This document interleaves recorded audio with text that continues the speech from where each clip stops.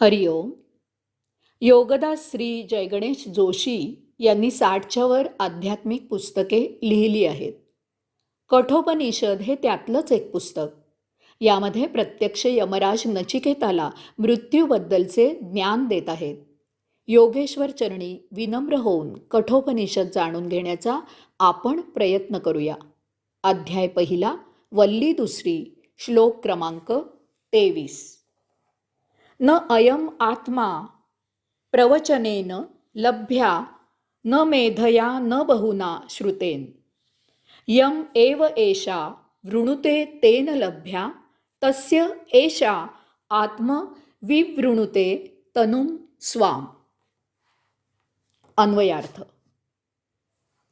प्रवचनाने हा आत्मा प्राप्त होत नाही.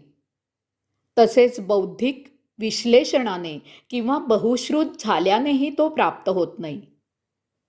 जो साधक याची साधना करतो आणि ती त्याने पावन करून घेतली तर अशालाच हा आत्मा आपले स्वरूप दाखवतो, दर्शन देतो. त्रिकालाबाधित तत्वज्ञान यमराज सांगत आहेत. ते आजही आजच्या साधकांना उपयोगी आहे. येथे 2 भागात हा मंत्र सांगितलेला आहे.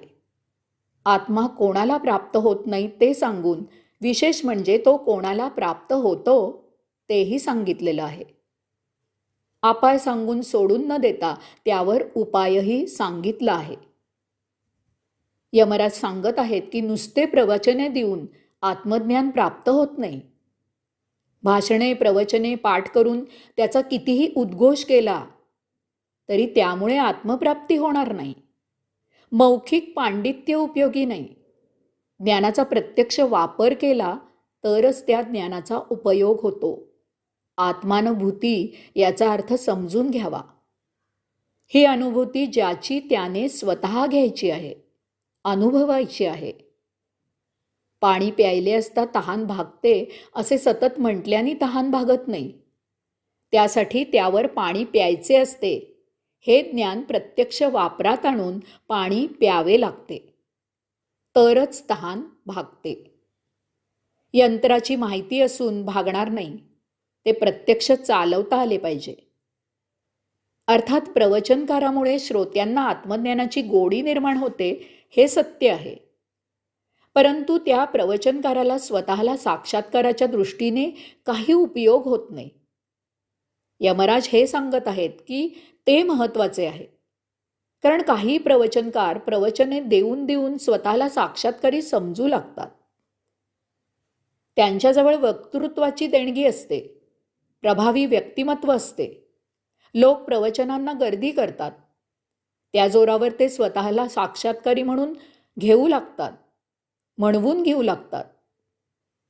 एखाद्या साक्षात्कारीने प्रवचन देणे वेगळे आणि एखाद्या प्रवचनकाराने स्वतःला साक्षात्कारी समजणे वेगळे. जसा प्रवचनांनी आत्मा प्राप्त होत नाही त्याचप्रमाणे तो बुद्धिचातुर्यानेही प्राप्त होत नाही. योगेश्वरांच्या गीतेचे विश्लेषण करणारे अनेक आहेत. ते विश्लेषण फारच सुरेख असते, अत्यंत प्रभावी असते, बुद्धीची प्रखरता दाखवणारी असते. गीता तर मुखोद्गत असते. ती इतकी तोंडपाठ असते की कदाचित उलट बाजूकडूनही सर्व श्लोक म्हणून दाखवतील.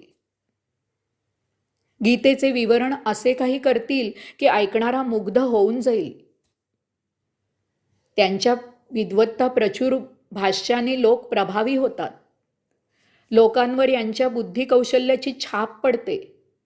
या बुद्धिमंतांना वाटू लागते की मिळाला, आत्मा सापडला, आपण साक्षात्कारी झालो, असा त्यांचा गैरसमज होतो. यमराज सांगत आहेत की अशाने काही उपयोग होत नाही.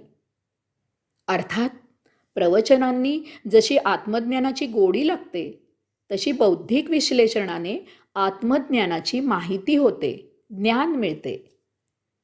समाजाला हे उपकारकच असते. जसा प्रवचनांनी किंवा बौद्धिक क्षमतेने आत्मा प्राप्त करून घेता येत नाही, तसाच तो बहुश्रुत झाल्यानेही प्राप्त होत नाही. अनेकांना अनेक ठिकाणी प्रवचनांना, भाषणांना, शिबिरांना गर्दी करण्याची आवड असते.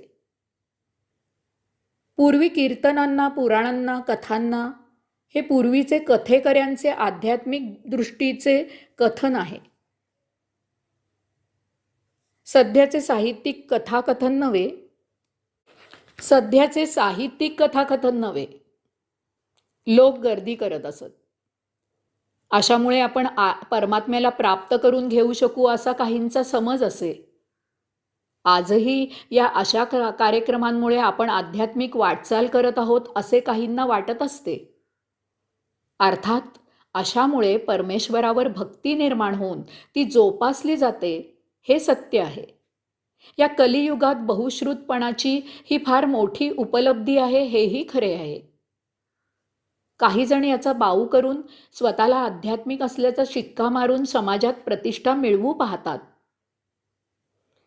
कालाय तस्मै नमा. यमराज सांगत आहेत की प्रवचनांनी हा आत्मा प्राप्त होत नाही.